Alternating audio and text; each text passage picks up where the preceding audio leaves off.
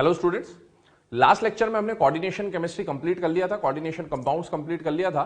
अब हम स्टार्ट करने वाले हैं अनदर इंपॉर्टेंट चैप्टर जिसका वेटेज काफी ज्यादा होता है, स्पेशली बोर्ड एग्जाम्स में इसका सबसे ज्यादा वेटेज है आपके लिए और कंपटीशन में भी है ना। हम लोग स्टार्ट करने वाले हैं पी ब्लॉक, ठीक है। अब जैसा कि हमने एस ब्लॉक पढ़ा था उस टाइम पे भी मैंने आपको कुछ जनरल इंस्ट्रक्शंस दिए थे कि आपको एनसीईआरटी रीड आउट करना है। वैसे ही जब पी ब्लॉक की बात चल रही है तब भी आपको NCERT line to line read करते हुए चलना है बेटा, ये बात बिल्कुल ध्यान रखेंगे, है ना। लाइन टू लाइन रीड करते हुए चलना है। बट पी ब्लॉक में जैसे ही मैं स्टार्ट कर रहा हूं तभी से आपको एनसीईआरटी रीड नहीं करना है, ठीक है। अभी हम लोग पहले एनसीईआरटी के अकॉर्डिंगली नहीं चल रहे, हम लोग पहले कुछ कॉमन टॉपिक्स पढ़ेंगे जो सारे ब्लॉक्स में कहीं ना कहीं कॉमन होते हैं, उनके सारे एग्जाम्पल हम एक साथ पढ़ रहे होंगे, ठीक है। ये कॉमन टॉपिक्स जैसे ही कंप्लीट होते हैं उसके बाद जैसे ही मैं स्टार्ट कराऊंगा, जैसे ही मैं हेडिंग डालूंगा ग्रुप 13 बोरॉन फैमिली या ग्रुप 14 कार्बन फैमिली, उस टाइम से आपको एनसीईआरटी की रीडिंग लगानी होगी, है ना। तो जब मैं ग्रुप 13 या 14 लिखूंगा तब से एनसीईआरटी की रीडिंग लगाएं, अदरवाइज आपको ये सारी चीजें एक साथ नहीं मिलेगी। फिर जब आप ग्रुप 13 14 की रीडिंग लगाएंगे तो उनमें कहीं ना कहीं ये एग्जांपल्स जो कॉमन वाले हैं ये आपको मिलते रहेंगे, तो आपको एनसीईआरटी ज्यादा क्लियर हो जाएगी, ठीक है। स्टार्ट कर रहे हैं पी ब्लॉक, ध्यान से सुने, ध्यान से समझे। रिएक्शन वाला पार्ट आएगा, रिएक्शन के लिए पहले भी बोल चुका हूं, लिखना है रिएक्शंस, पेस्ट करना है। जिन्होंने एस ब्लॉक की रिएक्शन लिखकर पेस्ट कर रखी होंगी वो डिफरेंस समझ रहे होंगे कि रोज दिखने से रिएक्शन याद हो रही है, और जिन्होंने अभी तक रिएक्शन को कॉपी में बंद कर रखा है बेटा वो लास्ट में जरूर प्रॉब्लम में आएंगे, क्योंकि रिएक्शंस जब तक दिखेंगी याद होती रहेंगी। अगर नहीं देखोगे और ये सोचोगे कि मैं लास्ट के 10 दिन में 15 दिन में रिएक्शन याद कर लूं, बेटा थोड़ा सा मुश्किल हो जाएगा वो काम, ठीक है। चलिए पी ब्लॉक स्टार्ट कर रहे हैं। पहला जनरल टॉपिक जो हम डिस्कस कर रहे हैं that is nothing but back bonding. कौन सा टॉपिक ले रहे हैं बेटा? Back bonding. नाम से थोड़ा सा एनालाइज करिए, बॉन्डिंग है लेकिन कैसी बॉन्डिंग है? Back bonding. हिंदी में बोलते हैं पश्चबंध। क्या बोलते हैं? पश्चबंध। तो यहां पर क्या है, बैक बॉन्डिंग का क्या नेचर है, कैसे होगा, उसके ऊपर डिस्कस कर रहे हैं। एक्चुअल में क्या है, अगर कोई कोवेलेंट मॉलिक्यूल है, कैसा मॉलिक्यूल है? Covalent molecule. इसका सबसे इंपॉर्टेंट एग्जांपल होता है BF3। कौन सा एग्जांपल होता है? BF3। ध्यान से सुनेंगे, ध्यान से समझेंगे। BF3, ठीक है। BF3 का हाइब्रिडाइजेशन सब लोग जानते हैं, sp2 हाइब्रिडाइजेशन होता है। कौन सा हाइब्रिडाइजेशन होता है? sp2। बहुत ध्यान से समझेंगे, एक एग्जांपल समझा रहा हूं इसी के थ्रू, फिर इसके जनरल जो पॉस्टुलेट्स हैं, इसकी कंडीशंस है, वो सब इसी में आ जाएंगी, तो वो मैं थ्योरेटिकली फिर आपको दिखाऊंगा, फिर एग्जांपल हम लोग वापस लेंगे। BF3 समझिएगा, है ना। BF3 बाद में भी लूंगा, बस अभी समझा रहा हूं, बहुत ध्यान से देखें।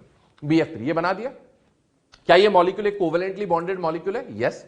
कोवेलेंट बॉन्डेड मॉलिक्यूल में बोरॉन और फ्लोरीन, सेंट्रल एटम और साइड एटम को देखो, ठीक है। इनके बीच में कौन सा बॉन्ड है? सिग्मा। इन दोनों के बीच में कौन सा बॉन्ड है? सिग्मा। इन दोनों के बीच में कौन सा बॉन्ड है? सिग्मा, ठीक है। अब इस कोवेलेंट मॉलिक्यूल में एक बात नोटिस करिए, क्योंकि इसका हाइब्रिडाइजेशन sp2 है। सेंट्रल मेटल बोरॉन के पास क्या एक वेकेंट p ऑर्बिटल है या नहीं है? है। अगर किसी के पास वेकेंट ऑर्बिटल है ना, मैं इस तरह से डब्बा बना दे रहा हूं, ये वेकेंट ऑर्बिटल है, किसके पास? सेंट्रल एटम के पास, ठीक है। अगर किसी के पास खाली डब्बा है तो क्या वो किसी और से लोन पेयर ले सकता है या नहीं ले सकता है? ले सकता है। बट बाय चांस यहां पर कोई इसको लोन पेयर देने वाला फिलहाल में अवेलेबल नहीं है, तो बेटा इसके पास डब्बा खाली है। अगर इसको कहीं से लोन पेयर मिल जाए तो इसका एक एक्स्ट्रा बॉन्ड बनेगा। एक्स्ट्रा बॉन्ड बनने से कुछ एक्स्ट्रा एनर्जी रिलीज होगी, और वो एक्स्ट्रा एनर्जी रिलीज होने से क्या इस मॉलिक्यूल की स्टेबिलिटी बढ़ेगी या कम हो जाएगी? बढ़ जाएगी। तो अपनी स्टेबिलिटी बढ़ाने के लिए ये एक एक्स्ट्रा बॉन्ड बनाना चाहता है, और इसके पास कंडीशन क्या? ये किसी और से लोन पेयर ले ले, कोई और स्पीशीज यहां पर होता जो लोन पेयर दे सकता और इसको लोन पेयर देता तो बॉन्ड बनता, जिसे हम क्या बोलते हैं? लोन पेयर देने लेने से कोऑर्डिनेट बॉन्ड। कौन सा बॉन्ड बनता? Coordinate bond.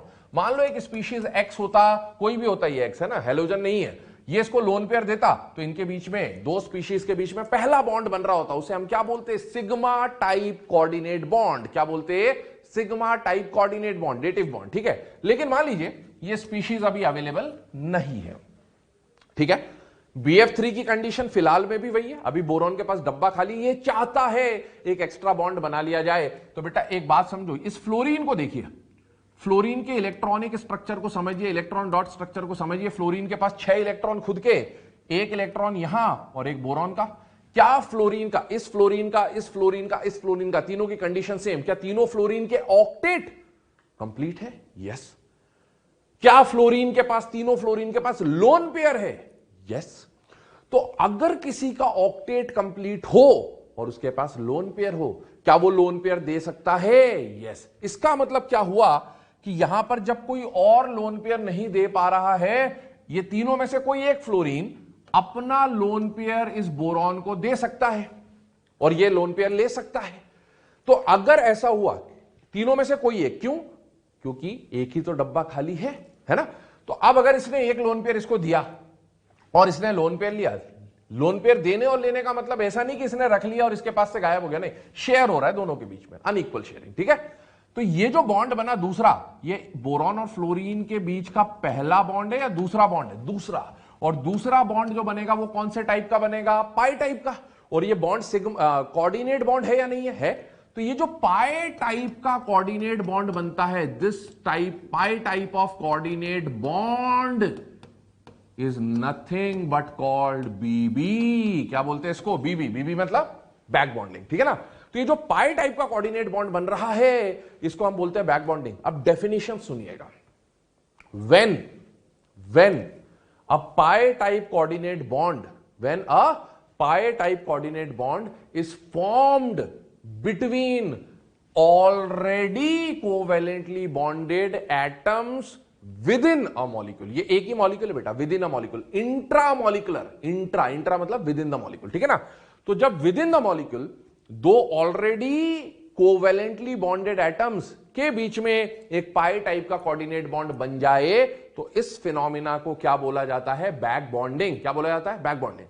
और हम समझ रहे हैं कि जो पाई टाइप बॉन्ड बना है, पाई सिग्मा लोन पेयर, तो रेजोनेंस आएगा यहां पर, क्योंकि ये पाई बॉन्ड ये भी बना सकता था, ये भी बना सकता था, ये भी बना सकता था। तो बेटा पहले इनके बीच में कैसा कैरेक्टर आ रहा था? Single bond character. But due to back bonding क्या यहां पर डबल बॉन्ड कैरेक्टर आ जाएगा? यस। और डबल बॉन्ड कैरेक्टर आने का मतलब है बॉन्ड ऑर्डर बढ़ेगा, बॉन्ड ऑर्डर बढ़ेगा, बॉन्ड लेंथ कम हो जाएगी, बॉन्ड स्ट्रेंथ बढ़ जाएगी। तो ऐसे बहुत सारे क्वेश्चन बन सकते हैं कि बैक बॉन्डिंग की वजह से गिवन मॉलिक्यूल में क्या क्या चेंजेस आ सकते हैं, वो हम डिस्कस करेंगे। तो मैंने एक जनरल कंडीशन समझा दी। अब याद करें, सुने मेरी बात ध्यान से, मैं सारी कंडीशंस आपको समझा रहा हूं। ये जो बैक बॉन्ड है, ये सिग्मा टाइप का होगा या पाई टाइप का? पाई टाइप का। और कैसा बॉन्ड होगा? कोऑर्डिनेट। तो बेटा पहली कंडीशन बैक बॉन्डिंग के लिए, जिन दो एटम्स के बीच में, विद इन द मॉलिक्यूल बात कर रहा हूं, with in the molecule one atom must contain vacant orbital and another atom must contain complete octet along with lone pair, तभी तो वो देगा और ये लेगा। और जरूरी नहीं है कि सेंट्रल एटम के पास ही खाली डब्बा हो, ऐसा भी हो सकता है सेंट्रल एटम के पास ऑक्टेट कंप्लीट के साथ लोन पेयर हो और साइड एटम के पास खाली डब्बा हो। तो with in the molecule one atom must contain vacant orbital, another atom must have lone pair along with complete octet. आगे बात समझ में? दूसरी बात, वीबीटी याद करिए। पाई बॉन्ड के बारे में हमने पढ़ा था कि पाई बॉन्ड दो टाइप के बनते हैं हमारे सिलेबस में, पी पाई, याद आ रहा है कुछ, और डी पी पाई। तो यहां पर भी हम यही देखेंगे कि पाई बॉन्ड कैसा बनेगा, या तो पी पाई या पी पाई डी पाई। आप बताइए, यहां जो पाई बॉन्ड बन रहा है, बोरॉन कौन से पीरियड का? सेकंड पीरियड का। फ्लोरीन कौन से पीरियड का? सेकंड पीरियड का। सेकंड पीरियड के पास डी तो होता ही नहीं है, मतलब यहां कौन सा पाई बॉन्ड बन रहा है? पी पाई टाइप का या टू पी पाई टाइप का। यह भी आपको समझ में आना चाहिए। तीसरी बात, पाई बॉन्ड सिग्मा के कंपैरिजन में क्या होता है? स्ट्रॉन्ग या weak? Weak. Pi bond is weaker, ठीक है। अब अगर पाई बॉन्ड वीक है तो बेटा ये जो शेल नंबर है ये बहुत ज्यादा मैटर करेगा। याद करें, वीबीटी में भी ऐसा पढ़ा हुआ है हम लोगों ने, है ना? तो पाई बॉन्ड बनाने के लिए कम से कम इसमें बैक बॉन्डिंग में ध्यान से सुने, पाई बॉन्ड बनेगा दो एटम्स के बीच में। आउट ऑफ टू एटम्स, ये दो एटम है, एक ए है एक बी है, दोनों के बीच में पाई टाइप का कोऑर्डिनेट बॉन्ड बन रहा है ना, एक बॉन्ड पहले से ही था। तो इन दोनों में से एक एटम सेकेंड पीरियड का होना चाहिए और दूसरा एटम सेकेंड या थर्ड पीरियड का होना चाहिए, तब जाके पाई बॉन्ड स्ट्रॉन्ग बनता है, स्टेबल बनता है। तो the two atoms participating in back bonding, out of them one must be of second period and another can be of second और थर्ड। इसका मतलब है शेल नंबर क्या बन सकते हैं? 2 या 2-3 टाइप का पाई बॉन्ड स्ट्रॉन्ग नहीं बनेगा। याद करें, CO2, SiO2, बहुत सारे N2, P2 ऐसे एग्जांपल पे हमने डिस्कशन भी किया हुआ है ना। तो 2-2 वाला या 2-3 वाला कुछ एक्सटेंट तक क्या बनेगा बेटा? स्ट्रॉन्ग बनेगा। और याद करें, 2p पाई 3p पाई पाई बॉन्ड और 2p पाई 3d पाई बैक बॉन्ड टिल्टेड नेचर की वजह से d पाई p पाई वाला बॉन्ड स्ट्रॉन्ग होता था। तो यहां 2p पाई 3d पाई टाइप का जो बॉन्ड बनेगा वो कंपैरेटिवली स्ट्रॉन्गर बनेगा। ये कुछ जनरल बातें मैंने आपको बताई, ठीक है। अब इसको डिस्कस करने के लिए मैं पोस्टुलेट्स आपको बता रहा हूं, देखते जाइए। पहला, it is an intramolecular concept, मतलब बैक बॉन्डिंग दो मॉलिक्यूल्स के, दो स्पीशीज के बीच में होगी या विद इन द मॉलिक्यूल होगी, विद इन द मॉलिक्यूल होगी, पहली बात। दूसरा, इन बैक बॉन्डिंग कोऑर्डिनेट बॉन्ड कैसे टाइप का, पाई टाइप का। कौन सा कोऑर्डिनेट बॉन्ड, सिग्मा नहीं, पाई टाइप का, है ना। इन back bonding pi type coordinate bond is formed between two adjacent atoms of a molecule by sideways overlapping. भाई साइडवाइज ओवरलैपिंग का मतलब हो गया पाई बॉन्ड बनेगा, और कौन सा पाई बॉन्ड बनेगा, कोऑर्डिनेट, ठीक है। और कैसे, दो एडजेसेंट एटम, BF3 में हमने देखा था बोरॉन फ्लोरीन एडजेसेंट है, with in a molecule, with in a molecule, intramolecular concept है ना। तो with in a molecule if two already bonded covalently bonded atom form a pi type coordinate bond, then this phenomena is known as back bonding. तीसरा, it is a pi type coordinate bond। कैसा coordinate bond होगा बेटा, pi type, ठीक है। चलिए आगे बढ़ रहे। कंडीशंस फॉर बैक बॉन्डिंग आपको बताया, back bonding with in the molecule होगा, और विद इन द मॉलिक्यूल एक एटम के पास खाली डब्बा और दूसरे के पास लोन पेयर होना चाहिए, है ना। तो one atom must be of second period, ये भी कंडीशन बताई, एक सेकंड पीरियड का होना ही चाहिए, दूसरा सेकंड या थर्ड का चलेगा, है ना, पर कम से कम एक एटम सेकंड का और दूसरा सेकंड थर्ड का, ऐसा चलेगा। दूसरा, one atom must have lone pair, ये लोन पेयर वाला वो होना चाहिए जिसका खुद का ऑक्टेट भी कंप्लीट हो, क्योंकि खुद का ऑक्टेट अगर कंप्लीट नहीं है तो दूसरे को क्यों देगा, ठीक है। And another must have vacant orbital. और अगली condition, due to back bonding, मैंने बोलता बैक बॉन्डिंग से पहले अगर BF3 में बैक बॉन्डिंग नहीं होती तो बोरॉन फ्लोरीन का कैसा बॉन्ड होता, single single single, but due to back bonding and resonance वहां पर पार्शियल डबल बॉन्ड कैरेक्टर आएगा, तो बॉन्ड ऑर्डर बढ़ा, बॉन्ड लेंथ कम हो गई, बॉन्ड स्ट्रेंथ बढ़ गई। तो due to back bonding properties में चेंजेस आ सकते हैं, like bond length, bond strength, bond angle, Lewis acidic character, Lewis basic character, है ना, इन प्रॉपर्टीज में चेंजेस आ सकते हैं। हम एग्जांपल वाइज डिस्कस करते हुए चलेंगे। और due to back bonding hybridisation में और मे नॉट चेंज, बहुत इंपॉर्टेंट लाइन, बैक बॉन्डिंग की वजह से हाइब्रिडाइजेशन में चेंज आ भी सकता है और नहीं भी आ सकता है। कब चेंज आएगा, कब चेंज नहीं आएगा, उस पर भी डिस्कशन करेंगे। सुनिएगा मेरी बात, बैक बॉन्डिंग क्योंकि विद इन द मॉलिक्यूल होगा तो सेंट्रल एटम और साइड एटम के बीच में होगा, है ना, कोई एक डोनर कोई एक एक्सेप्टर होगा, ठीक है। जब भी सेंट्रल एटम एक्सेप्टर की तरह काम करेगा, लिख लेना आप चाहो तो नोट करके, जब भी बैक बॉन्डिंग में सेंट्रल एटम एक्सेप्टर की तरह काम करेगा, there will be no change in hybridisation. क्या बोला मैंने, जब भी सेंट्रल एटम एक्सेप्टर की तरह काम करेगा, there will be no change in hybridisation. Means statement क्या बनेगा, in back bonding if central atom acts as an acceptor then there will be no change in hybridisation.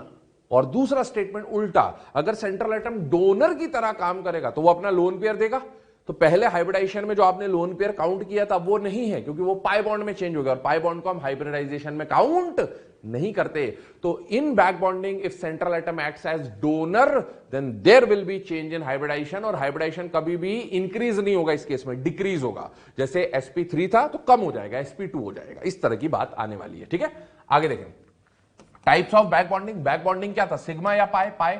Pi bond मैंने बोला था दो तरह के होते हैं, पी पाई या पी डी पाई। तो based on type of orbital participating P pi या पी डी पाई टाइप की क्या मिल सकती है, बैक बॉन्डिंग मिल सकती है। चलिए आगे बढ़ रहे हैं।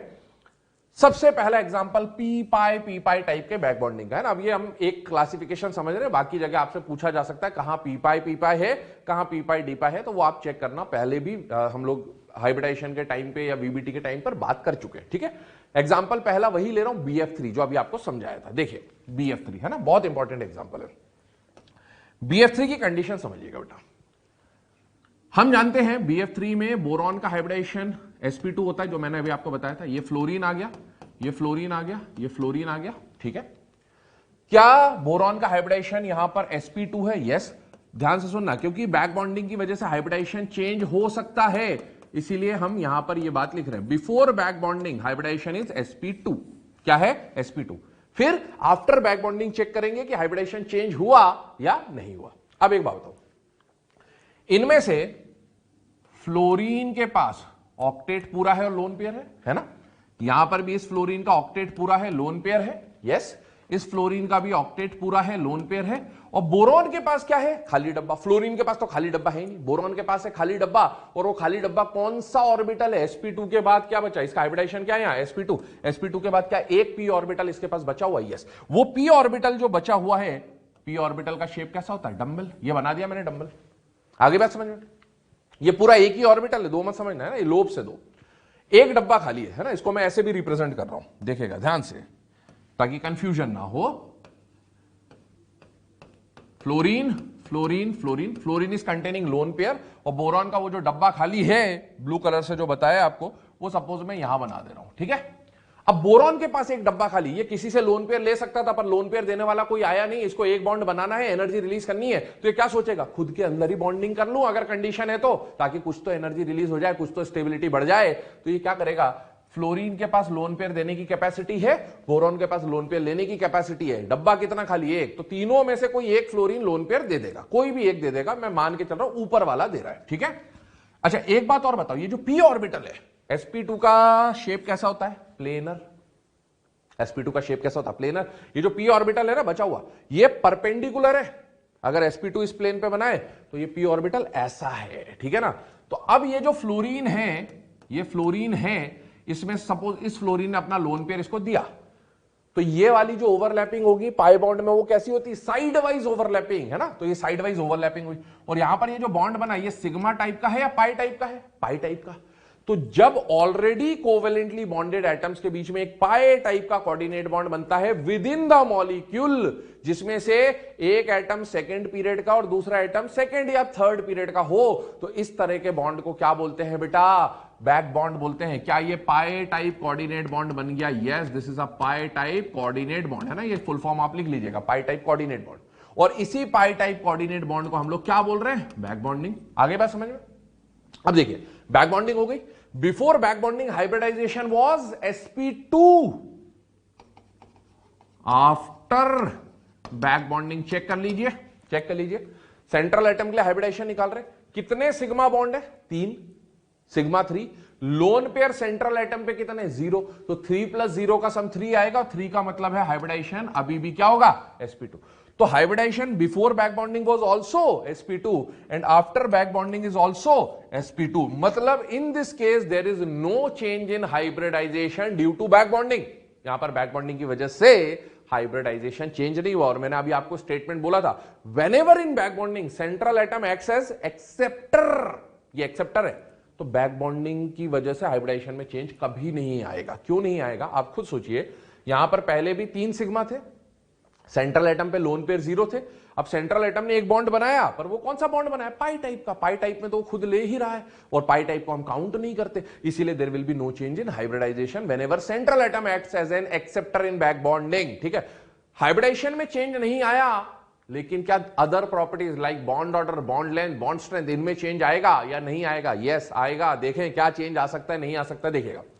पहले बोरॉन के पास डब्बा खाली था, समझे, डब्बा खाली था, तो क्या ये किसी और से एक्सेप्ट कर सकता था? यस। अगर किसी और से एक्सेप्ट करता तो एक्सेप्टर को क्या बोलते हैं? Lewis acid. मतलब इसका ल्यूइस एसिडिक कैरेक्टर ज्यादा था। कब? Before back bonding. But due to back bonding इसका डब्बा तो खुद ही भर गया, खुद ही भर गया। तो किसी और से लेने के लिए पहले अपने को ये वाला बॉन्ड तोड़ना पड़ेगा। मतलब ये आसानी से किसी और से अब लोन पेयर नहीं ले पाएगा, और नहीं ले पाएगा मतलब इसका ल्यूइस एसिडिक कैरेक्टर क्या हो जाएगा? डिक्रीज हो जाएगा। तो due to back bonding central atom का ल्यूइस एसिडिक कैरेक्टर क्या हो जाता है? डिक्रीज होता है। याद रखें, इसको काम आएगा आगे। सेंट्रल एटम का ल्यूइस एसिडिक कैरेक्टर डिक्रीज हो रहा है, ठीक है। अब सुने, क्या ये जरूरी था कि ये पाई बॉन्ड केवल यही फ्लोरीन बनाता? नहीं, ये फ्लोरीन भी बना सकता था, ये फ्लोरीन भी बना सकता था। मतलब यहां पर रेजोनेंस की कंडीशन आ रही है। किसकी कंडीशन आ रही है? रेजोनेंस की। देखिए रेजोनेंस करवा देते हैं। रेजोनेंस कराने से हमें क्या निकालना होता है? रेजोनेंस के लिए पॉली एटॉमिक स्पीशीज में याद करें केमिकल बॉन्डिंग, हमने वहां पर बात करी थी इन पॉली एटॉमिक स्पीशीज। रेजोनेंस का फॉर्मूला पढ़ा था, बॉन्ड ऑर्डर निकालने का फॉर्मूला पढ़ा था, 1 + π/σ। क्या पढ़ा था बेटा? 1 + π/σ।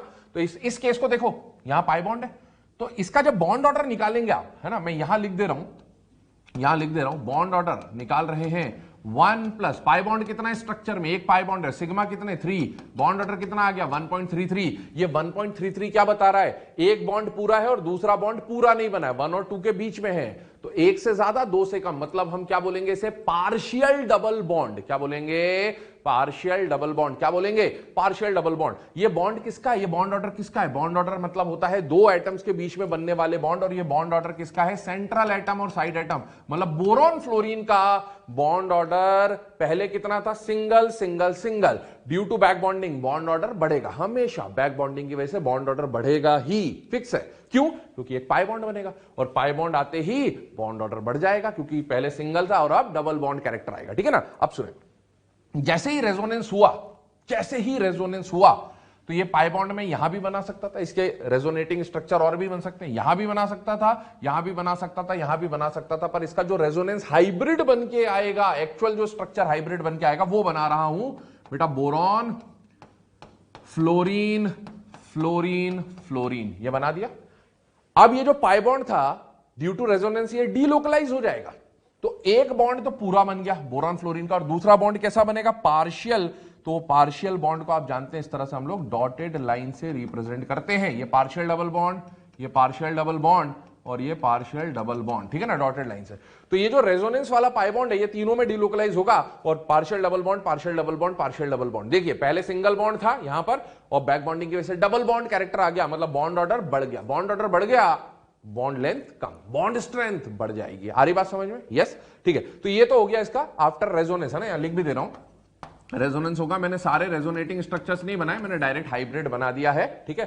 तो यहां पर रेजोनेटिंग स्ट्रक्चर या हाइब्रिड जो है वो ये आ जाएगा, ठीक है।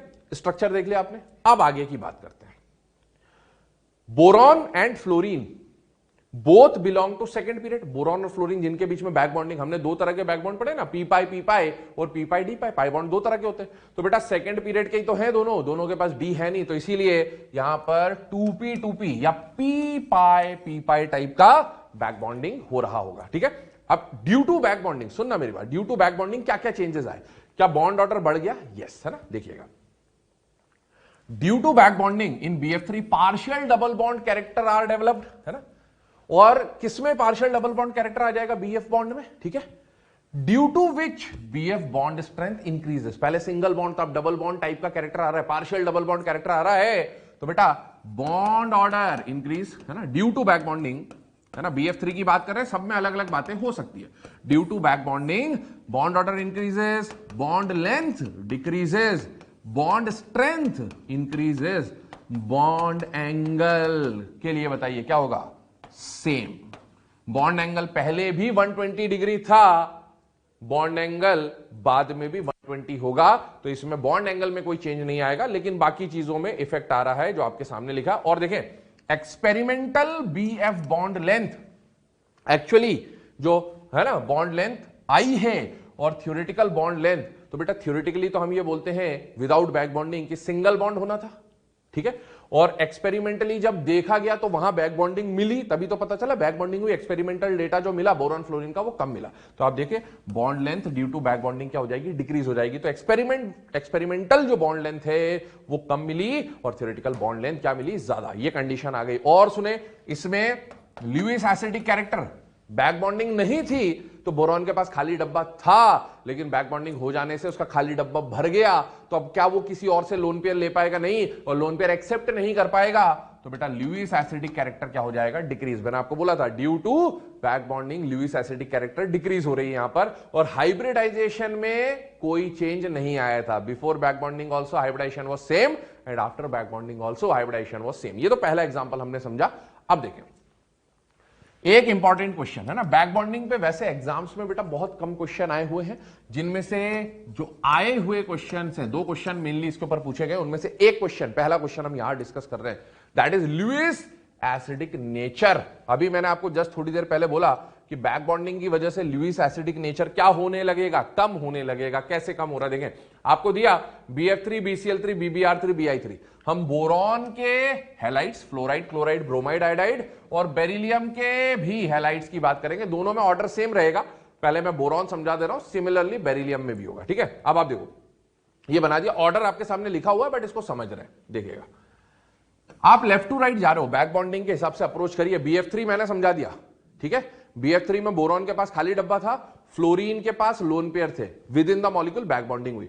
सेम कंडीशन, बोरॉन के पास खाली डब्बा है, बोरॉन के पास खाली डब्बा है, बोरॉन के पास खाली डब्बा है। फ्लोरीन का ऑक्टेट पूरा था, लोन पेयर था। क्लोरीन का ऑक्टेट पूरा है, लोन पेयर है। ब्रोमीन आयोडीन का भी ऑक्टेट पूरा है, लोन पेयर है। विद इन द मॉलिक्यूल एक एटम के पास डब्बा खाली और दूसरे एटम के पास देने के लिए लोन पेयर हो, तो क्या वहां पाई टाइप कोऑर्डिनेट बॉन्ड बन जाएगा? यस। और वो पाई टाइप का कोऑर्डिनेट बॉन्ड क्या कहलाएगा? बैक बॉन्ड कहलाएगा। अब सुनना मेरी बात ध्यान से, BF3 में देखें, यहां पर BF3 में बोरॉन के पास खाली डब्बा, फ्लोरीन के पास देने के लिए लोन पेयर, एक ही समझा रहा हूं, ठीक है ना। और BI3 एक्सट्रीम वाला देखो, BI3 बोरॉन के पास खाली डब्बा, आयोडीन के पास देने के लिए क्या है? Lone pair. यहां पर ये अपना लोन पेयर देकर बैक बॉन्डिंग कर रहा है, यहां पर भी ये अपना लोन पेयर देकर बैक बॉन्डिंग कर सकता है। यहां बैक बॉन्डिंग किसके बीच में हो रही है? 2-2 के बीच में, और यहां बैक बॉन्डिंग हो रही है 2-5 के बीच में। तो यहां तो बैक बॉन्डिंग क्या हो जाएगी? स्टेबल। स्टेबल हो गई तो ये डब्बा भर गया। 2-5 की बैक बॉन्डिंग स्टेबल नहीं होगी, शेल बढ़ेगा, साइज बढ़ेगा, पाई बॉन्ड वैसे ही वीक होता है, ये वाला पाई बॉन्ड टूट जाएगा। और अगर ये नहीं बना तो क्या बोरॉन का डब्बा अभी भी वेकेंट है? यस। तो इसके पास वेकेंट ऑर्बिटल की अवेलेबिलिटी है ना। तो ये किसी और से लोन पेयर ले सकता है, और अगर किसी और से लोन पेयर लेगा तो लुईस एसिडिक कैरेक्टर ज्यादा। इसमें बैक बॉन्डिंग हो गई तो ये वेकेंट ऑर्बिटल भर गया। अगर ये भर गया तो किसी और से लोन पेयर लेने के लिए पहले इसको ये बॉन्ड तोड़ना पड़ेगा, जिसमें टाइम लगेगा। मतलब ये जल्दी लोन पेयर एक्सेप्ट नहीं कर पाएगा क्योंकि इसके पास वेकेंट ऑर्बिटल अवेलेबल नहीं है। तो इसमें अवेलेबिलिटी ऑफ वेकेंट ऑर्बिटल कम है, नहीं है, इसीलिए किसी और से आसानी से लोन पेयर नहीं लेगा, तो लुईस एसिडिक कैरेक्टर कम। तो जहां बैक बॉन्डिंग होगी BF3 में, वहां लुईस एसिडिक कैरेक्टर कम, और जहां बैक बॉन्डिंग नहीं हुई वहां लुईस एसिडिक कैरेक्टर ज्यादा। लुईस एसिडिक कैरेक्टर कम, लुईस एसिडिक कैरेक्टर ज्यादा, मतलब left to right Lewis acidic character बढ़ रहा है। इसको नोट कर लीजिएगा। अब मैं डायरेक्ट समझा रहा हूं, यहां पर देखिएगा, लेफ्ट टू राइट जा रहे हैं, साइज बढ़ रहा है, शेल नंबर बढ़ रहा है। शेल नंबर बढ़ेगा तो पाई बॉन्ड की स्ट्रेंथ, पाई बॉन्ड स्ट्रेंथ है ना, ये आप लिखते जाएंगे, पाई बॉन्ड स्ट्रेंथ क्या हो जाएगी? डिक्रीज हो जाएगी। पाई बॉन्ड स्ट्रेंथ डिक्रीज हो जाएगी तो वो पाई टाइप का बॉन्ड ही तो क्या है? Back bond. तो बैक बॉन्डिंग डिक्रीज होगी। बैक बॉन्डिंग डिक्रीज हुई, इसकी बैक बॉन्डिंग होगी, इसकी नहीं होगी।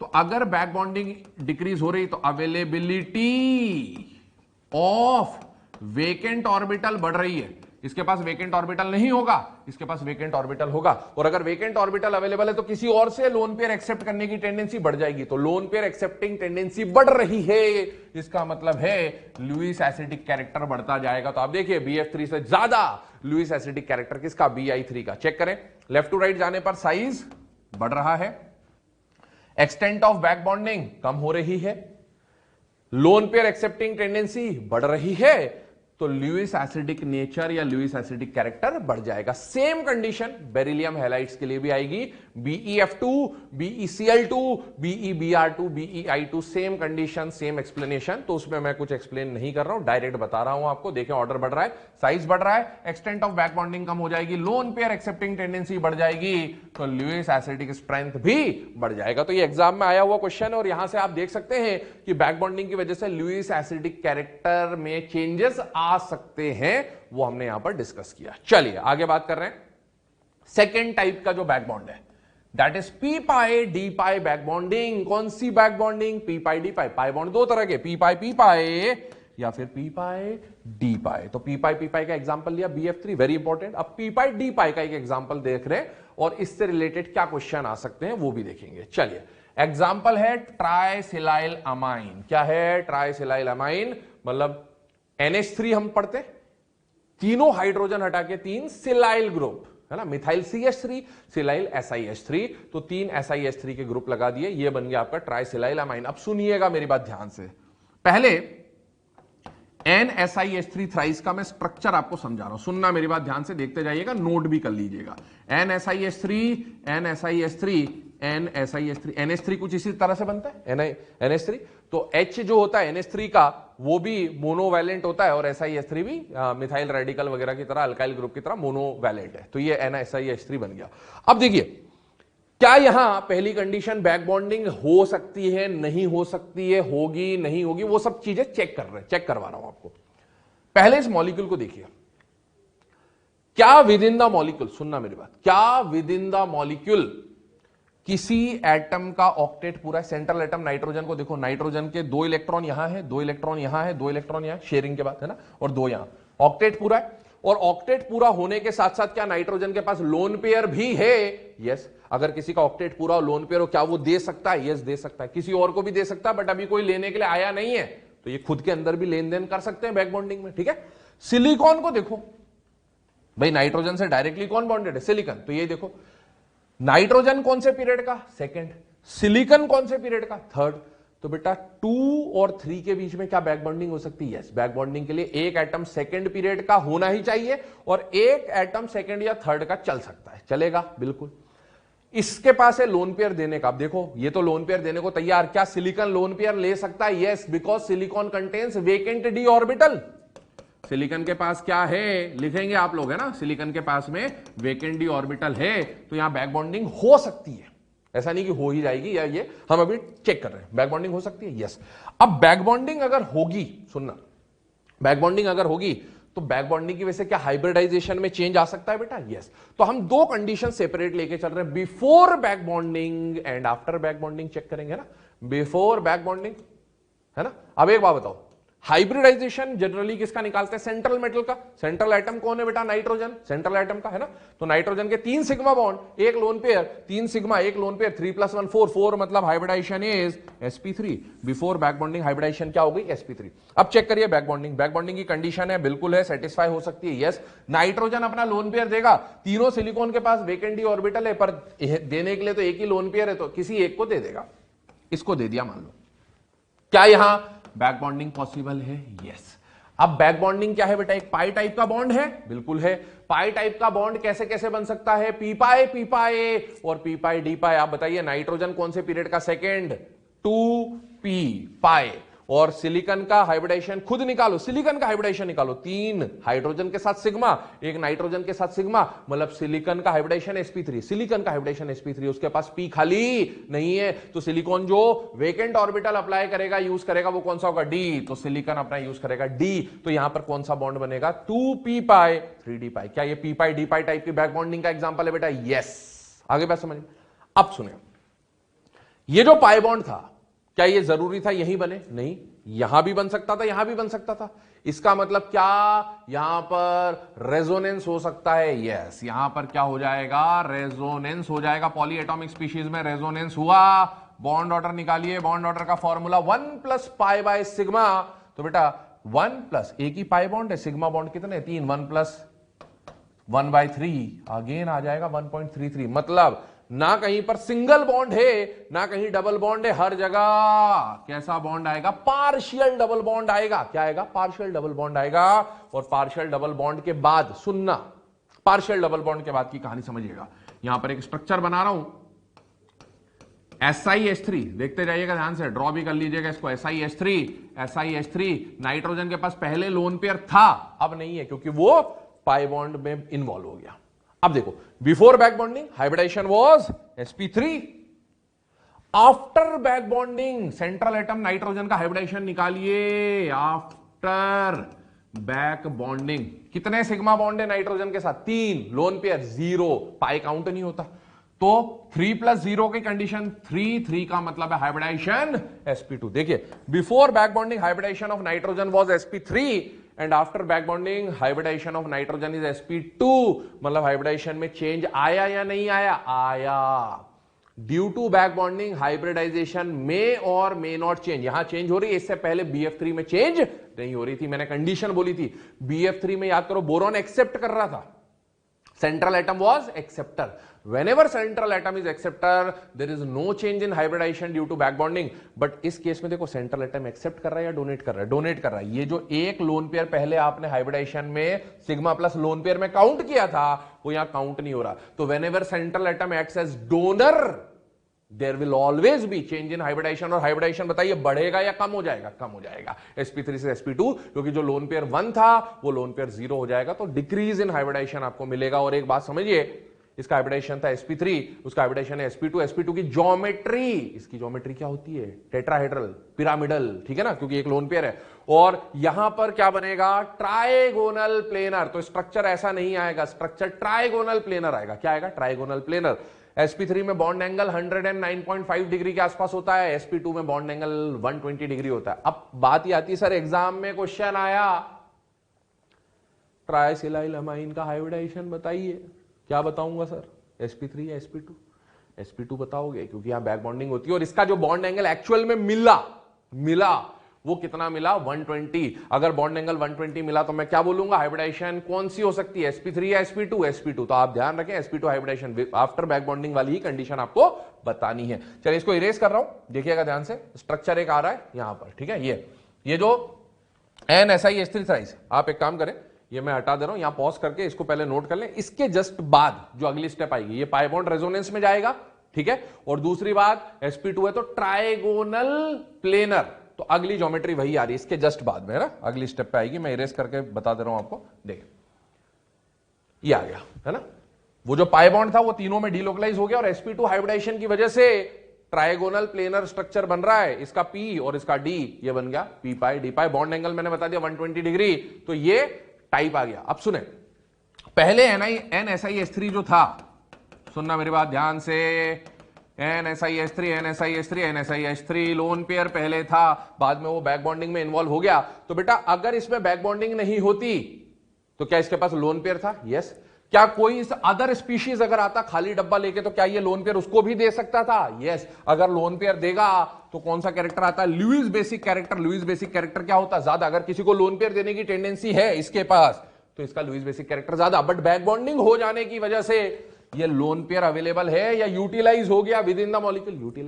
यूटिलाइज हो गया। तो अगर आप सामने कोई आया कटोरा लेकर और बोल रहा है ला लोन पेयर दे दे, तो ये कहां से देगा? लोन पेयर तो है ही नहीं, वो तो खुद ही इसने अंदर यूज कर लिया। जब तक ये पाई बॉन्ड नहीं तोड़ेगा तब तक उसको लोन पेयर नहीं दे पाएगा। और अगर इसके पास लोन पेयर देने की एबिलिटी कम हो गई due to back bonding, lone pair involve हो गया बैक बॉन्डिंग में, तो बेटा इसका लुईस बेसिक कैरेक्टर बढ़ गया या कम हो गया? कम हो गया। तो due to back bonding Lewis acidic character, याद करें, BF3 में कम हो रहा था, और लुईस बेसिक कैरेक्टर भी कम हो रहा है। लुईस बेसिक कैरेक्टर भी कम हो रहा है। चलिए आगे बढ़ रहे हैं इसमें। देखें इफेक्ट ऑफ बैक बॉन्डिंग, किसकी बात कर रहा हूं? ट्राइसिलाइलमाइन की। याद करिए, बॉन्ड एंगल बढ़ेगा, क्योंकि पहले बिफोर बैक बॉन्डिंग sp3 था, आफ्टर बैक बॉन्डिंग sp2 है। 109 से 120 की रेंज में आ रहा है। बॉन्ड लेंथ, एक बात बताओ, बैक बॉन्डिंग में क्या पाई बॉन्ड बन रहा था? Yes. Before back bonding single bond था।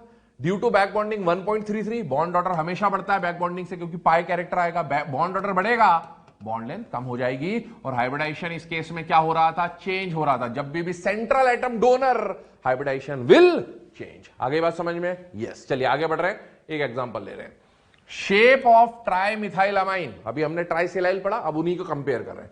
एक एग्जांपल है आपके पास ट्राइमिथाइलमाइन, एक एग्जांपल है आपके पास ट्राइसिलाइलमाइन। दोनों के शेप के बारे में बात हो रही है। एक ट्राइगोनल प्लेनर, क्योंकि इसमें बैक बॉन्डिंग हो गई थी, इसमें बैक बॉन्डिंग नहीं होती है, चेक करेंगे, तो ये पिरामिडल शेप का ही बनेगा। और लुईस बेसिक कैरेक्टर, इसमें बैक बॉन्डिंग हो जाने की वजह से लोन पेयर अवेलेबल नहीं था, इसमें बैक बॉन्डिंग नहीं होगी, लोन पेयर रहेगा, तो ये किसी और को लोन पेयर दे सकता है। मतलब इसका लुईस बेसिक कैरेक्टर ज्यादा, इसके पास लोन पेयर है ही नहीं, अवेलेबल ही नहीं है, क्योंकि बैक बॉन्डिंग में इन्वॉल्व हो गया, तो इसका लुईस बेसिक कैरेक्टर कम हो जाएगा। चेक करिए, ट्राइमिथाइलमाइन स्ट्रक्चर बना हुआ आपका, ट्राइसिलाइल का भी मैंने ऐसे ही बनाया था, पर इसमें बैक बॉन्डिंग हो गई थी, और बैक बॉन्डिंग के बाद फाइनल स्ट्रक्चर ये बना था। अब आप खुद देखो, यहां पर नाइट्रोजन के पास बैक बॉन्डिंग चेक कर ले, क्यों, वहां तो हमने समझ लिया है, यहां बैक बॉन्डिंग क्यों नहीं हो पाई? क्या नाइट्रोजन का ऑक्टेट पूरा है और लोन पेयर है? यस, मतलब नाइट्रोजन दे सकता है, पर विद इन द मॉलिक्यूल देने के साथ साथ कोई लेने वाला होना चाहिए। क्या कार्बन के पास वेकेंट ऑर्बिटल है? नहीं, कार्बन के पास वेकेंट डी ऑर्बिटल नहीं है, और बाकी 4 बॉन्ड ये बना चुका है, 3 हाइड्रोजन से, 1 नाइट्रोजन से, इसके पास वेकेंट ऑर्बिटल नहीं है, तो नाइट्रोजन तो देना चाहता है, कार्बन ले नहीं सकता, बैक बॉन्डिंग नहीं होगी, और अगर बैक बॉन्डिंग नहीं हुई तो इसका शेप पिरामिडल, टेट्राहेड्रल में एक लोन पेयर पिरामिडल, और इसमें बैक बॉन्डिंग हो गई तो ये sp2 बन गया था, स्क्वायर ट्राइगोनल प्लेनर बन गया था। इसमें बैक बॉन्डिंग नहीं है, इसमें बैक बॉन्डिंग है, तो बैक बॉन्डिंग नहीं होने की वजह से ये लोन पेयर बचा हुआ है। जो कि ये किसी और को दे सकता है, और इसके पास लोन पेयर नहीं है जो कि ये किसी को नहीं दे पाएगा। तो अगर कोई लोन पेयर इजीली दे सकता है उसका लुईस बेसिक कैरेक्टर ज्यादा, अगर लोन पेयर अवेलेबल ही नहीं है तो क्या देगा, इसीलिए लुईस बेसिक कैरेक्टर कम। देखिए, no back bonding, sp3 hybridisation, ठीक है ना, ट्राइगोनल पिरामिडल शेप या ट्राइगोनल पिरामिडल या पिरामिडल बोल सकते हैं, stronger Lewis base, lone pair available है देने के लिए, p pi d pi sp2 trigonal planar, weaker Lewis base, weaker है ना, ऐसा नहीं कि लुईस बेस नहीं होगा, ये पाई बॉन्ड तोड़ के ये किसी और को दे सकता है ना, बट इंस्टेंटली ये किसी को नहीं दे पाएगा और इसीलिए वीकर लुईस बेस। ठीक है, आगे बढ़ रहे, कंपैरिजन ऑफ बॉन्ड लेंथ। ठीक है, एक क्वेश्चन देख रहे हैं, अच्छा बताइए, बैक बॉन्डिंग होने से क्या पाई बॉन्ड आ जाता है? यस, क्योंकि पाई टाइप कोऑर्डिनेट बॉन्ड, और वो पाई बॉन्ड आने से क्या बॉन्ड ऑर्डर बढ़ जाता है? यस, अगर बॉन्ड ऑर्डर बढ़ गया तो बॉन्ड लेंथ कम हो जाएगी। ठीक है, यही कॉन्सेप्ट यहां यूज होगा। In which of the following BF boron fluorine bond length is minimum? चार ऑप्शन आ गए बेटा। BF3 हम समझ चुके हैं, BF3 में क्या बैक बॉन्डिंग होती है? यस, और याद करें BF3 में बैक बॉन्डिंग होने की वजह से पार्शियल डबल बॉन्ड कैरेक्टर आ जाता था, ये हम लोग ऑलरेडी पढ़ चुके हैं। तो इसमें बोरॉन फ्लोरीन का बॉन्ड ऑर्डर कितना होता है? 1.33। BF4 माइनस, स्ट्रक्चर बना रहा हूं, BF4 माइनस, हाइब्रिडाइजेशन आप निकाल सकते हैं, पॉलीएटॉमिक है, हाइब्रिडाइजेशन निकलेगा, BF4 माइनस का स्ट्रक्चर ये है। बोरॉन का हाइब्रिडाइजेशन sp3, फ्लोरीन के पास तो अभी भी लोन पेयर है देने के लिए, पर बोरॉन के पास लेने के लिए खाली डब्बा नहीं है, मतलब इसमें बैक बॉन्डिंग नहीं होगी, और अगर बैक बॉन्डिंग नहीं हुई तो बेटा क्या हो जाएगा? Bond order 1। बोरॉन फ्लोरीन का हर जगह कैसा बॉन्ड है? सिंगल। ठीक है, NH3BF3 देखें एडक्ट बनता है, ये NH3 ये BF3, बोरॉन के पास खाली डब्बा, NH3 के पास लोन पेयर, ये दिया, पर ये जो NH3BF3 का बॉन्ड बना है, कोऑर्डिनेट बॉन्ड बना है, ये दोनों स्पीशीज का पहला बॉन्ड है, ये सिग्मा बॉन्ड है। कौन सा बॉन्ड है? सिग्मा।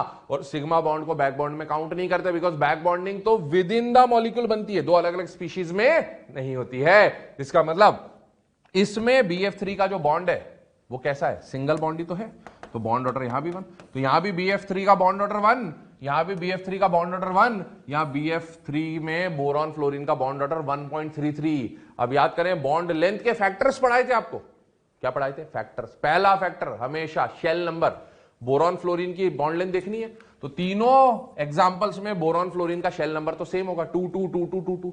शेल नंबर सेम होने के बाद क्या देखते थे? Bond order.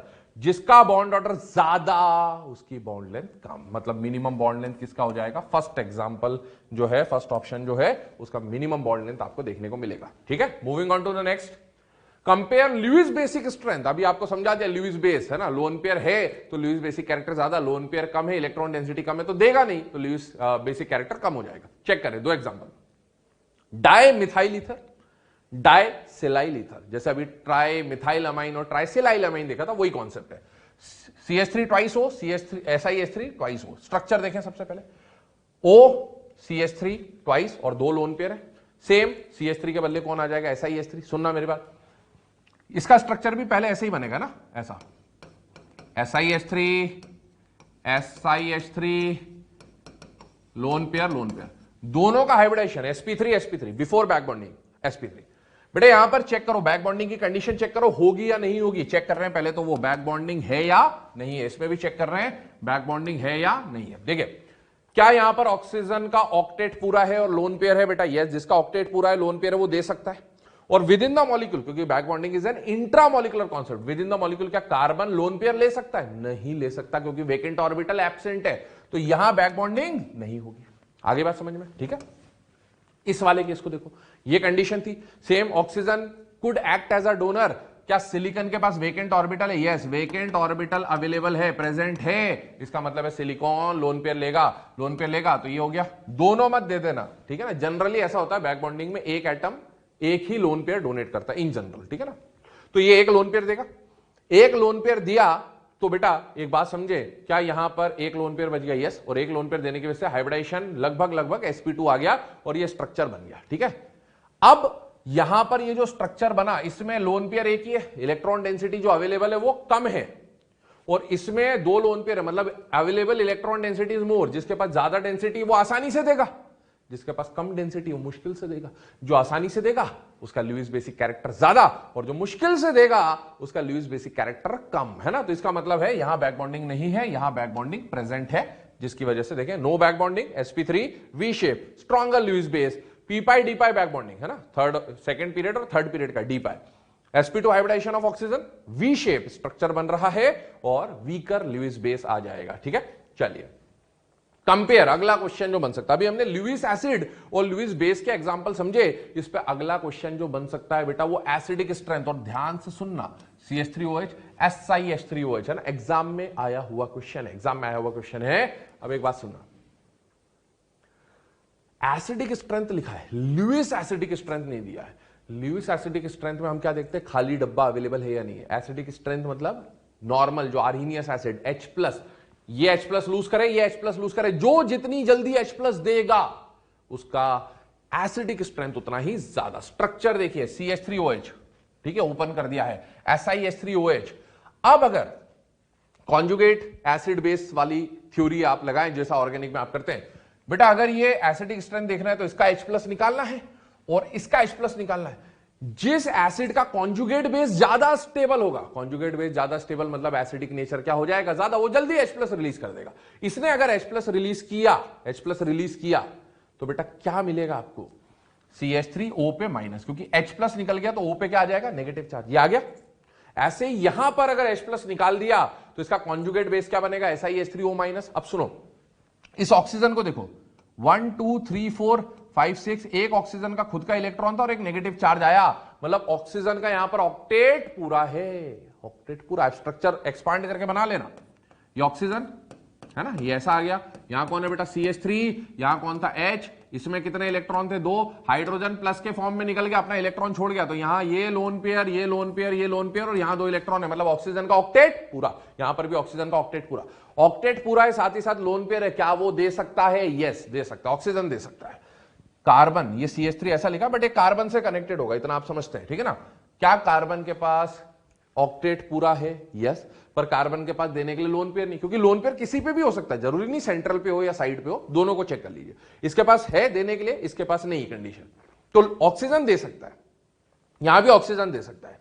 क्या कार्बन के पास लेने के लिए खाली डब्बा है, नहीं, मतलब यहां बैक बॉन्डिंग नहीं होगी। अगर बैक बॉन्डिंग नहीं हुई, याद करें कॉन्जुगेट बेस में बैक बॉन्डिंग एक इंपॉर्टेंट फैक्टर होता है। जहां बैक बॉन्डिंग हो जाती है स्टेबिलिटी बढ़ जाती है, क्योंकि बॉन्ड ऑर्डर बढ़ता है, बॉन्ड स्ट्रेंथ बढ़ती है, स्टेबिलिटी बढ़ जाएगी।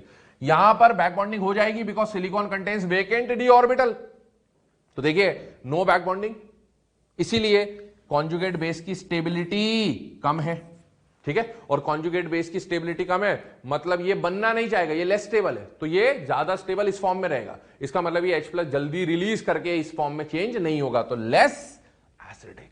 जबकि SiH3OH और SiH3O- एसिड और कॉन्जुगेट बेस में ज्यादा स्टेबल कौन है, conjugate base is more stable due to back bonding. जहां बैक बॉन्डिंग हो जाएगी स्टेबिलिटी बढ़ जाएगी, स्टेबिलिटी बढ़ने से अगर ये स्टेबल है तो ये इस फॉर्म से ज्यादा प्रेफर करेगा इस फॉर्म में आना, और इससे इसमें आने में इसको H+ जल्दी निकालना पड़ेगा, और इसीलिए SiH3OH का एसिडिक नेचर ज्यादा। अगर इसका एसिडिक कांस्टेंट Ka और इसका एसिडिक कांस्टेंट इक्विलिब्रियम याद करें, Ka एसिडिक कांस्टेंट K' है, तो ज्यादा एसिडिक नेचर इसका होगा, तो SiH3OH is more acidic as compared to CH3OH। और ध्यान से सुने, एक और ट्विस्ट कर सकते हैं, आप जानते हैं pKa pK' तो pH के हिसाब से देखें तो जो जिसका Ka या एसिडिक कांस्टेंट ज्यादा होता है उसका pKa वैल्यू क्या हो जाता है, कम हो जाता है, ठीक है बेटा। तो removal of H+ favourable is if compound formed is stabilized by back bonding, इसका फेवरेबल कंडीशन आ जाएगा H+ का। Same condition CHF3 CHCl3, exam में आए हुए क्वेश्चंस की बात कर रहे हैं।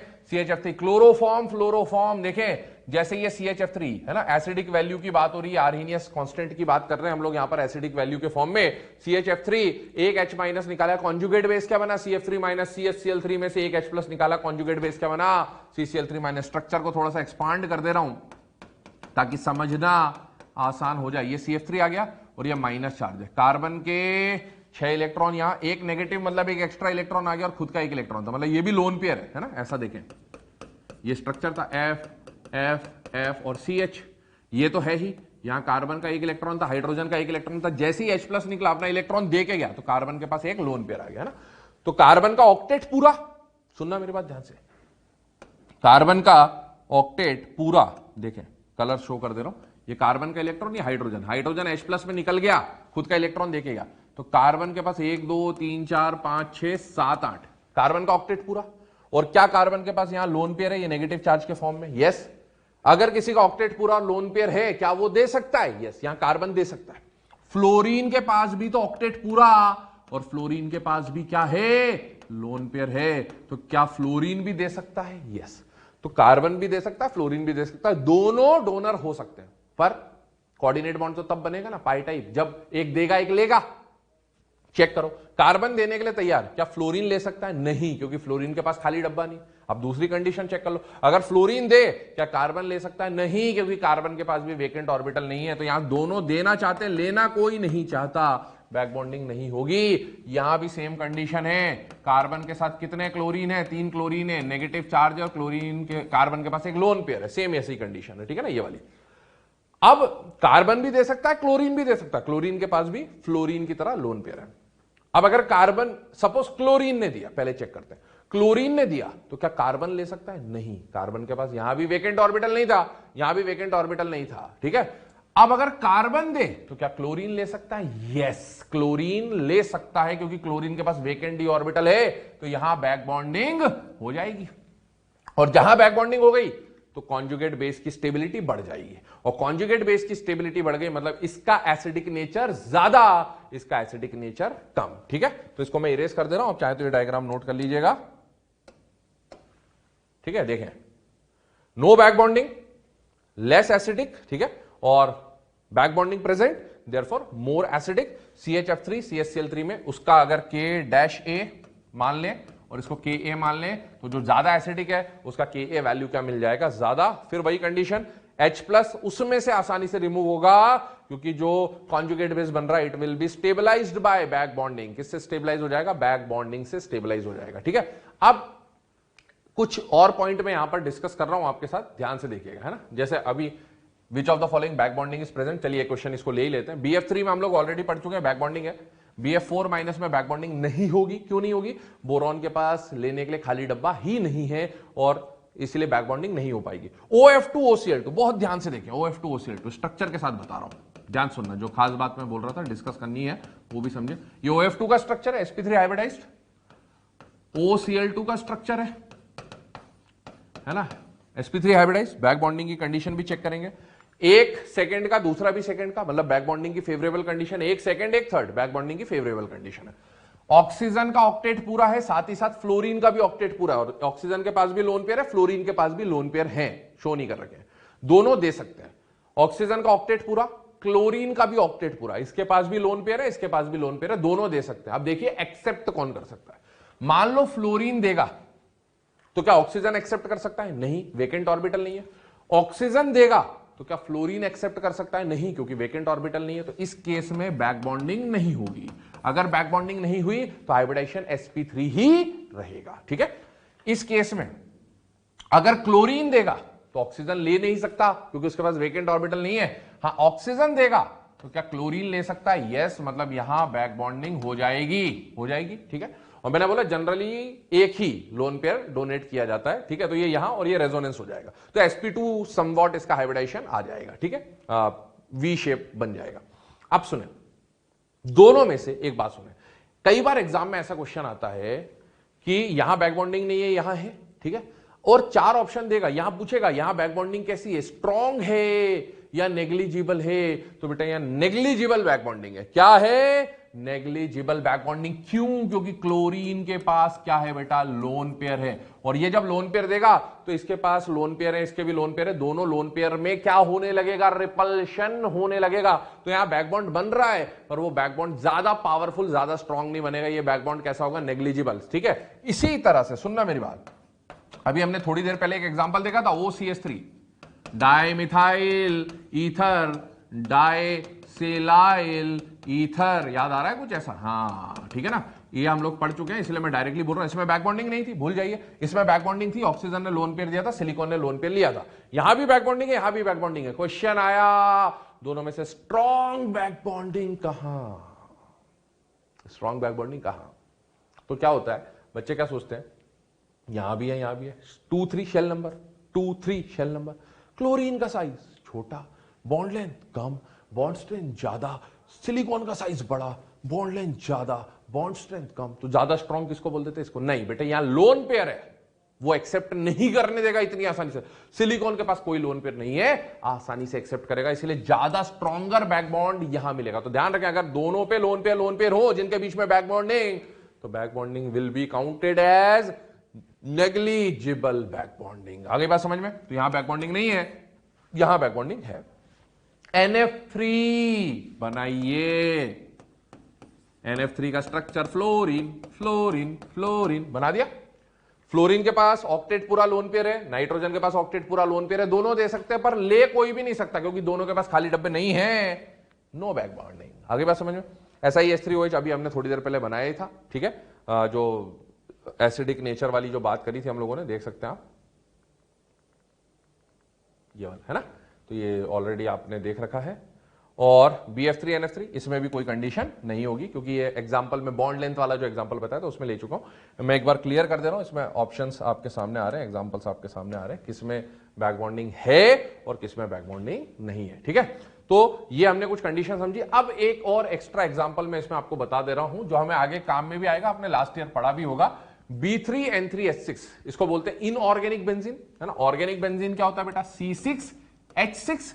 इसी तरह से 6 कार्बन के बदले, कार्बन होता है तो ऑर्गेनिक, और कार्बन के बदले 6 एटम्स की कमी को कौन पूरा कर रहा है? बोरॉन और नाइट्रोजन। B3N3H6 इनऑर्गेनिक बेंजीन, बोराजीन बोराजोल बोला जाता है। क्यों बोला जाता है, क्या बोला जाता है, वो सब आगे डिस्कशन करेंगे क्योंकि C6H6 और B3N3H6 का स्ट्रक्चर सेम होता है ना। C6H6 सुनना, 6 कार्बन होते थे, 1 2 3 4 5 6, 6 कार्बन की रिंग होती है, और यहां पर अल्टरनेट BN BN BN की 6 एटम्स की रिंग है। C6H6 में यहां कार्बन, यहां कार्बन, यहां कार्बन, कार्बन कार्बन कार्बन, हर कार्बन से एक हाइड्रोजन जुड़ा होता है ना। और यहां पर भी आप देखो तो जो रिंग वाले एटम है, हर एटम से एक एक हाइड्रोजन जुड़ा है, ठीक है। इसके बाद याद करें, यहां पर अल्टरनेट पाई बॉन्ड होता है। अब सुने ध्यान से, अब सुने ध्यान से, ठीक है ना बेटा। ये जो BN की रिंग बन रही है, इसमें बोरॉन के पास क्या है, एक बार इरेज कर दे रहा हूं। आप देखो, इसका स्ट्रक्चर और इसका फाइनल स्ट्रक्चर सेम बनेगा, इसीलिए ऑर्गेनिक बेंजीन इनऑर्गेनिक बेंजीन। दूसरी बात, C6H6 के number of electrons total 42, B3N3H6 के टोटल इलेक्ट्रॉन 42, मतलब दोनों के आइसो इलेक्ट्रॉनिक कंडीशन है, आइसो स्ट्रक्चरल है, इसीलिए organic benzene inorganic benzene. Erase कर रहा हूं, ध्यान से देखेंगे। देखो, अल्टरनेट BN बॉन्ड बना दिया, बोरॉन के पास है खाली डब्बा sp2 हाइब्रिडाइज। अभी नाइट्रोजन का हाइब्रिडाइजेशन है 3 सिग्मा, एक लोन पेयर sp3 है, ठीक है। पर इसके हर बोरॉन के पास है खाली डब्बा, हर नाइट्रोजन के पास देने के लिए है lone pair with in the molecule. अगर ये अपना लोन पेयर इसको दे दे, क्या करे? लोन पेयर दे दे, इसको दे दे या इसको दे दे, कोई भी बोरॉन, 2 अल्टरनेट है। मान लो इसने अपना लोन पेयर इसको दिया, ये स्ट्रक्चर बन रहा है, नाइट्रोजन ने लोन पेयर देकर इसके साथ पाई टाइप कोऑर्डिनेट बॉन्ड बनाया, इसने लोन पेयर इसको दिया, इसने लोन पेयर इसको दिया। क्या 3 अल्टरनेट पाई टाइप कोऑर्डिनेट बॉन्ड मिल गए? यस, पाई टाइप कोऑर्डिनेट बॉन्ड मिल गए, अल्टरनेट मिल गए। और फिर यहां पर याद करें, मैंने एक और बात आपको बोली थी, फॉर्मल चार्ज के टाइम पे हम जब चाहें सिलेबस में कोऑर्डिनेट बॉन्ड हटा के कोवेलेंट बॉन्ड बना सकते हैं। क्या बना सकते हैं? Covalent bond. देखिएगा, BN BN BN, कंडीशन देखिए, तीसरा स्ट्रक्चर, उसके बाद जो बनेगा फाइनल स्ट्रक्चर, ऐसा बना सकते हैं। हर एटम से हाइड्रोजन जुड़ा, हर एटम से हाइड्रोजन जुड़ा, हर एटम से हाइड्रोजन जुड़ा, ये बना दिया मैंने। अब सुनिएगा क्या हो रहा है। ये जो स्ट्रक्चर था, इसमें जैसे यहां बोरॉन और नाइट्रोजन में आप देख सकते हो कोऑर्डिनेट बॉन्ड बन रहा है, कोऑर्डिनेट बॉन्ड हटा के कोवेलेंट बॉन्ड बनाना है। डोनर पे प्लस, एक्सेप्टर पे माइनस, डोनर पे प्लस, एक्सेप्टर पे माइनस, और कोऑर्डिनेट को बना दिया कोवेलेंट। डोनर पे प्लस, एक्सेप्टर पे माइनस, कोऑर्डिनेट को बना दिया कोवेलेंट। डोनर पे प्लस, एक्सेप्टर पे माइनस, कोऑर्डिनेट को बना दिया कोवेलेंट। या अल्टरनेट पाई बॉन्ड बन गया, और प्लस माइनस आपको दिख रहा है, मतलब बॉन्ड भी नाइट्रोजन और बोरॉन के EN अलग अलग है, तो बॉन्ड कैसा होगा? पोलर। जबकि बेंजीन में जो रिंग है वो कार्बन कार्बन की होती है, तो जो रिंग वाले बॉन्ड होते हैं वो कैसे होते हैं? Non polar. Therefore benzene, inorganic benzene is more reactive due to polar bonds, ठीक है। और ये स्ट्रक्चर जो बन रहा है, ये एग्जैक्टली बेंजीन की तरह बन रहा है। यहां पर क्या with in the molecule pi type coordinate bond बना? यस, इसीलिए यहां बैक बॉन्डिंग है, और बोरॉन और नाइट्रोजन दोनों सेकंड पीरियड के हैं, इसलिए 2p पाई टाइप की बैक बॉन्डिंग होगी। तो this was all about back bonding, ठीक है बेटा।